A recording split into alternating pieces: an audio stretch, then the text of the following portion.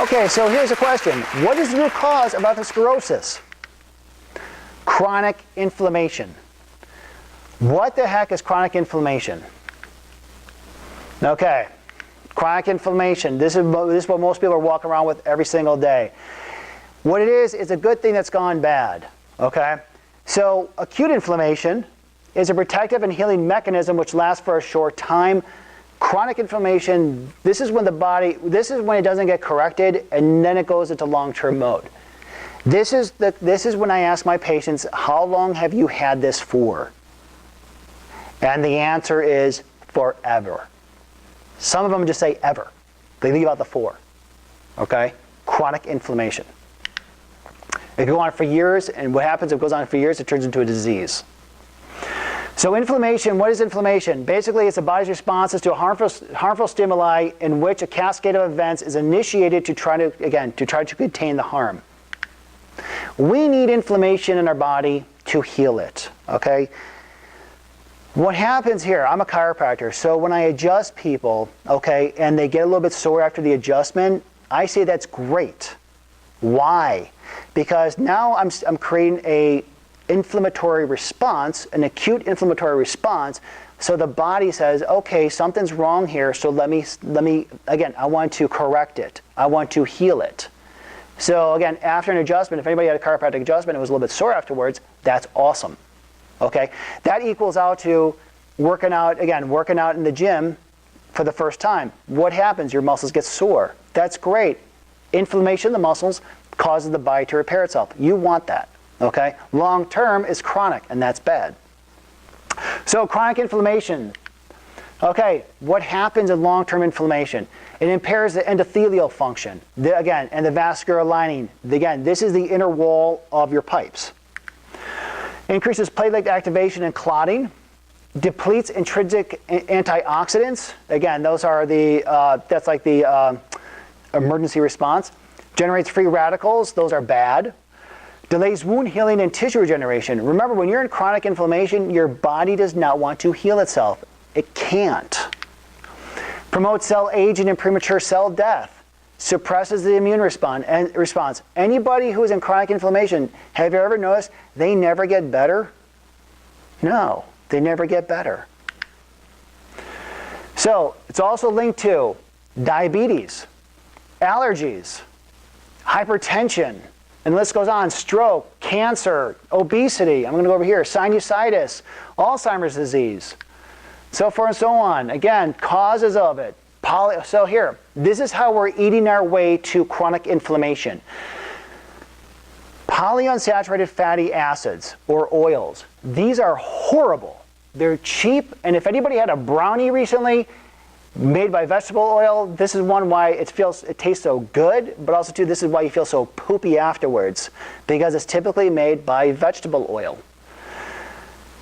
Other oils, sunflower oil, corn, and peanut and soy. Those are all polyunsaturated. Why are they so bad? Because what happens, again, it causes clumping of the arteries. of the blood. High protein, again, high carbohydrate, low protein diets. This is your high sugar. Refined sugar, if it's, again, white bread, this is your white bread. Trans fats, trans fats, this is your margarine. Pesticides, stress, pesticides. Who's actually going to eat a pesticide? Well, I tell you how you're getting pesticides. Very, very simple. You're going to the supermarket, and instead of the organic aisle, okay, you're reaching over to the other aisle. They're all full of pesticides, genetically modified organisms, and that's all, again, causes chronic inflammation and stress. So, anti-inflammatory measures. What can you do? What can you do? What can you do, again, if you have a lot of inflammation? Reverse your diet. Okay? The standard American diet is high in what's called omega-6 fatty acids and omega-9 fatty acids, low in omega-3s. We need omega-3s because that's the anti-inflammatory. Yes, we need a balance of 3, 6s, and 9s because remember what I said earlier? Our body can't heal itself unless it's in a state of inflammation. So this is where you get the 6 and 9s in, and this is where the 3s kind of acts as Superman to save the day. So reverse your diet, cut the trans fatty acids. Again, that's the butter and that's the butters and the margarines, certain butters. Refined carbs. Replace with omega-3s, healthy oils, unrefined carbohydrates like antioxidants, rich vegetables, and fruits. Fruits are high in antioxidants, which again, that helps clean up the arteries. Add omega-3s. Again, get a good night's sleep. There's two types of the nervous system. There's your fight or flight, which is your sympathetic. Fight, flight, or flee. Okay? And then there's the flip side, the B side, which is the parasympathetic division. This is the rest, digest, and repair. Okay? So by day, we're in sympathetic mode, and at nighttime when we're sleeping, we're in parasympathetic mode, and that's when the body is trying to heal itself. Okay? This is also time why we're sore first thing in the morning, because our body's regenerating. Supplement with a high-quality multivitamin and multi-mineral. Again, take probiotics to have a healthy gut. And most important is manage your stress, which again, I know this is very hard to do in today's world. So, what causes the blood to be sticky? This is corn oil, safflower oil. This is all cheap oils. Sunflower oil, sunflower seeds, yes. Soybean oil. Peanut oil, and the list goes on. Canola oil. How many people have gone down the supermarket and bought this stuff? You're causing chronic inflammation. You're causing your blood to be sticky. You're damaging the endothelial lining, okay? So, vegetable oils. These are your pro-inflammatory, which basically this means this causes internal inflammation. Causes blood to be thick and clumped together. Long-chain fatty acids, which are very fragile. Even light frying or exposure to strong sunlight would oxidize them. In fact, it becomes rancid at factory levels. Again, the body doesn't like this stuff. This is all cheap oil. It's all cheap oil. So, good oils. What should you be buying? A lot of times people know what not to buy, from my experience. The tough thing is what to buy. The best, virgin coconut oil. This is the absolute best. Grapeseed oil, olive oil. Okay, olive oil, the more expensive the olive oil, because I know there's different price values on it, the more expensive, the better off you're going to be. Palm oil. Okay, so what about virgin coconut oil? It reduces the risk of atherosclerosis and heart disease. It's awesome. Reduces the risk of cancer and other degenerative conditions. This stuff is amazing. I cook with this all the time. Helps prevent bacterial, viral, and fungal infections. Okay, supports the immune system. It helps control diabetes. This stuff is amazing. This is nature's cure. I use this all the time. So, when you go to the doctor, okay, and you have elevated cholesterol, this is the #1 drug they will give you. And why do they give you this drug? Anybody know? No? This is the most popular drug all around the globe, and it creates billions with a B in profits. Billions. Okay? Because it causes so much damage. Now remember, here it is. Spoiler alert, Big Pharma, okay? It's a corporation, and corporations want to make business. Okay? So this is the #1 drug they're dishing out. The problem is, what do statins do? Okay. It depletes coenzyme CoQ10. It changes or weakens damaged or destroys muscle depending on the dose. Does not slow down or reverse it, okay? This is the main reason for the prescription. They want to reverse the buildup of the sclerosis in the arterial system. But it doesn't. It does not. Induce sudden total memory loss. I had a 40-year-old female patient who came to me who was on a statin medication, and she told me the #1 complaint was she feels like she's 80 because she can't remember anything. And all I asked her was one question: what type of statin are you on? Heart failure. Okay. Another one. The list goes on. Let's go here. Suppresses the immune system. For guys, 10 times the eventually cause of erectile dysfunction. That enough for me, I'm staying away. Full-blown type 2 diabetes in females. Okay, so for guys, you're going to have erectile dysfunction, which you're going to turn to Viagra. For females, you're going to become a type 2 diabetic eventually. Again, these are stats. Blocks, again, vitamin K2, which helps control calcium where to go. Linked to the development of cancer. So again, let me just back up a little bit. Vitamin K2, what that does, vitamin K2 is awesome. Because when we take in calcium, okay, vitamin K2 is needed, which is produced in the intestinal system, to help direct calcium to go to the bones and teeth where it should go. Now, when you're taking a statin drug, okay, that blocks K2. And this is where you get buildup in the arterial system. It calcifies the arteries. You can't expand. Now this makes sense? Causes rhabdomyolysis. What is that? That is sore muscles.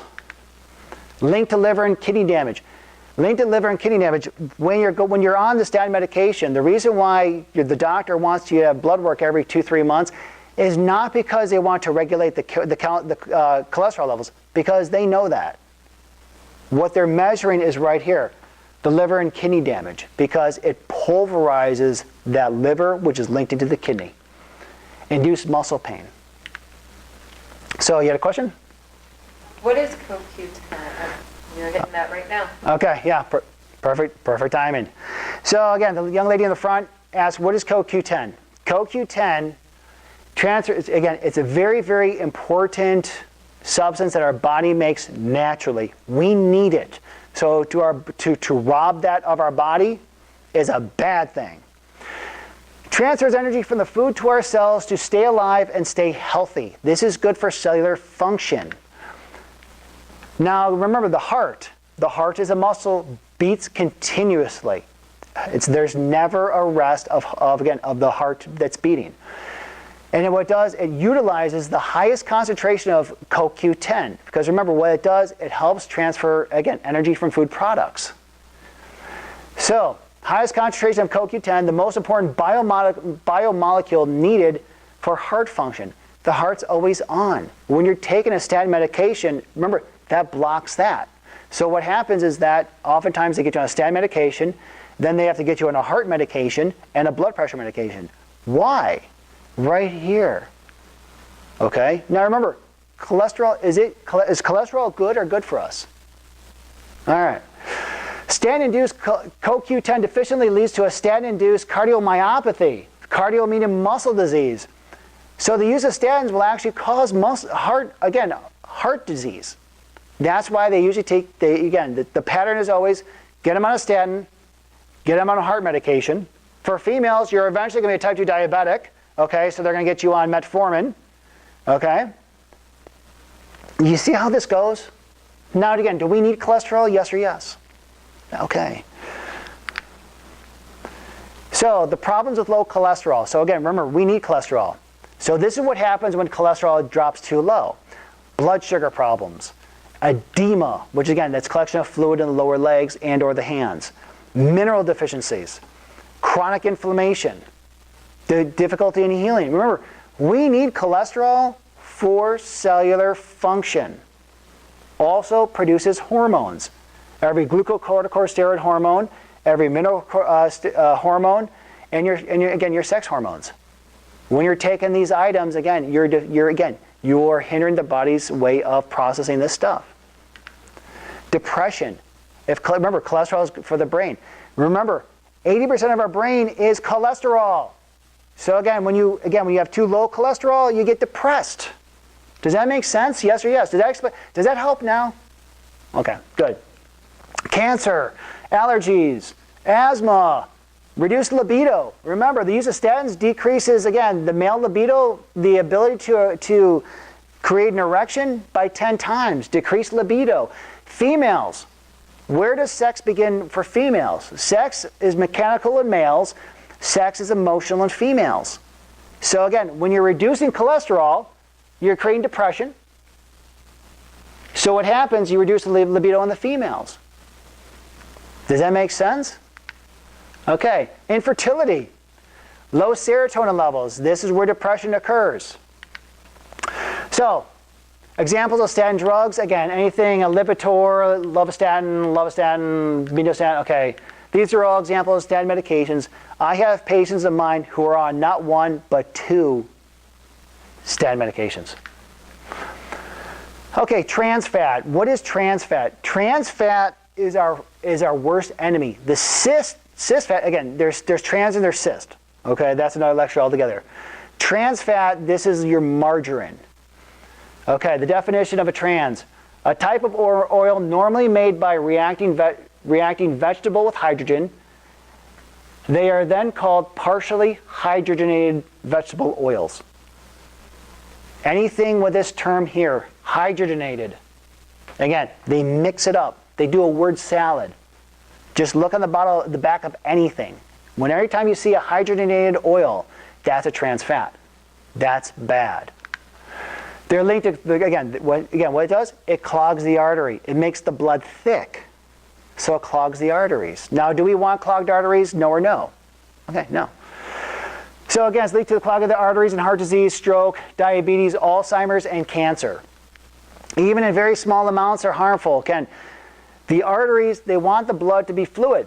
When you clog up the blood, do you harm the flow? Yes or yes. Do you harm the brain? Yes or yes. So where is it found in? French fries, all the good stuff, bread, all the cookies, biscuits. Love biscuits. I love Popeye's biscuits. Pastries, donuts, Dunkin' Donuts, cakes, buns, all this stuff, breakfast cereals. Okay, fried foods, the list goes on. Peanut butter, it's all trans fat. Peanut butter, switch to almond butter or cashew butter, much better for you. Ice cream. All this stuff is trans fat. This is all going to cause chronic inflammation. Now, the question I ask you is that, is this the stuff that you guys are chronically eating every day? Yes or yes? Refined starch. This is the white stuff. Bread, noodles, cookies, the list goes on here. Biscuits, buns, white rice, sugar, soft drinks. Again, the list goes on. This stuff, again, causes chronic inflammation. Packaged fruit juices. How many people had a glass of orange juice today? Show of hands. All right, there you go.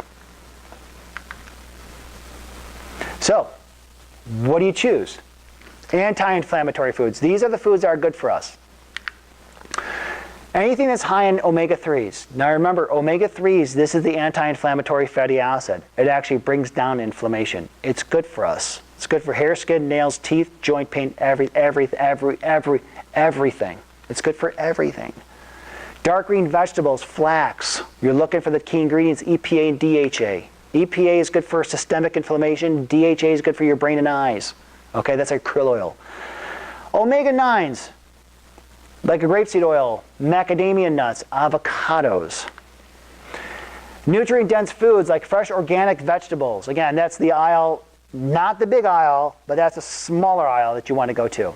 That's the organic stuff. Half the size, twice the price. Fresh organic vegetables, berries, cherries, curcumin, phenomenal. Again, curcumin, that's a prerequisite to turmeric, powerful anti-inflammatory. I take it by the boatload. Resveratrol, phenomenal for the heart and brain. Grapeseed extract, vitamins A, C, and E, all antioxidants, and beta-carotene. This is all anti-inflammatory. Your diet should be rich in this, okay? Also, too, I always recommend lifestyle changes. Remember, this is hard to do because we are, as a society, we go to work, we get up, we go to work, we sit, and we come home. And we don't exercise. The only exercise we do is walking from the car to our desk. So we have lifestyle changes. Change the diet. Less gluten and sugar. Again, that's all causes inflammation. Proper nerve supply. See a chiropractor. This helps out a lot. The nervous system controls the whole body. Get 8 to 10 hours of sleep per night so the body can repair. Remember, the body goes in the parasympathetic mode, which is rest, digest, and repair.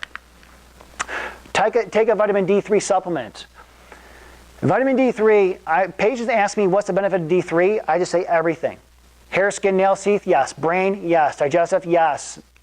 Sexual function, yes. Stomach, yes. Yes. Yes. Okay. How much should you take? The rule is, the ratio is 1,000 IUs for every 25 pounds of body weight.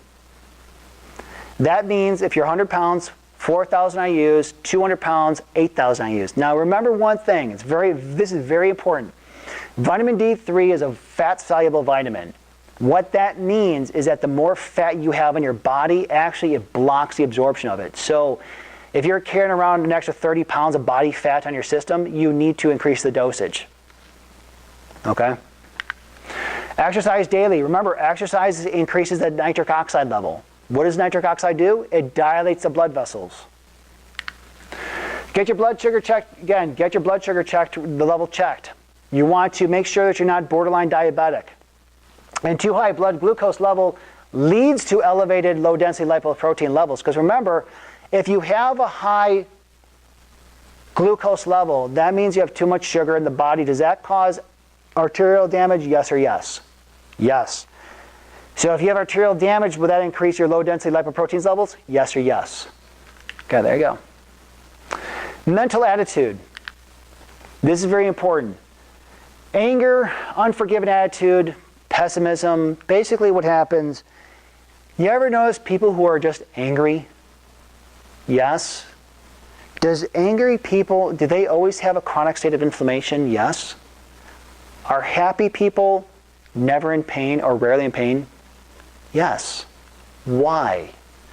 Because happy people have a high level of serotonin production and dopamine. Dopamine is a drug that it's a motivator. Serotonin calms. 80% produced in the gut, 20% in the brain. People who are always laughing, again, it heals the body. People who are angry have low dopamine and low serotonin. Why? Because it's mostly diet related and stress. You're damaging the internal system if you're angry all the time. People who are angry never heal. It's very important. Anger can raise the risk of a second heart attack by a shocking 700%. So, William James. I like this guy. So the greatest discovery of this generation was the ability we have to change our environment by changing our mental attitude. What this basically translates to is this. A stimulus, the same stimulus occurs to two people. One person gets angry, the other one person gets happy. Same stimulus, different mental outcome. We can't control what's happening to us directly, but we can change our attitudes from it. Similarity, it's a lot easier for us to change our own individual attitude, lifestyle, and eating habits than to change the commercial policies of fast food industries or those of food manufacturers. Yes, we have the ability to change what we put in our body. I always tell my patients this. You have to be motivated enough to realize that the way you're eating is going to damage yourself in the long run. There's two types of ignorance. Okay? There's ignorance and what I would call there's ignorance. Ignorance is not knowing. Okay, I'm a doctor and I teach. I am ignorant to plumbing. I know nothing about plumbing. Okay? So I'm ignorant to it. Now, here's the thing. If a plumber taught me how to correctly use my toilet, and I go back and I damage it the same way anyways, is that ignorant? No, I call it, that's ignorant. Basically, the difference is knowing what's bad, but you do it anyway. Does that make sense? Yes. All right, so again, foods for thought. 1/4 of what you eat keeps you alive. 3/4 keeps your doctor alive. You are what you eat and think. Think and you shall become. I always say this. If you're going to eat a target, you're going to have a target body. Your body's a temple. What do you want to put in your temple? If you're going to feed it fast food, is it going to react like you fed it fast food? When you eat it healthy foods, how is that going to react? Remember, we need cholesterol. Be mindful of your lifestyle. If you're sitting around all day, it's not working. So again, here's some references. Again, there are many references. The following ones are, again, quite comprehensive. I like a few of these. The International Network of Cholesterol Skeptics and Things. Again, the Weston and Price Foundation. Stop Trans Fats. This is one of my favorite ones here, Space Doc. spacedoc.net. I get a lot of my references with this website. I love it. It's golden. Alrighty, so I'll take questions afterwards. The end. I appreciate your time. Thank you for your attention. And I'll take questions. Yes, okay. Thank you very much.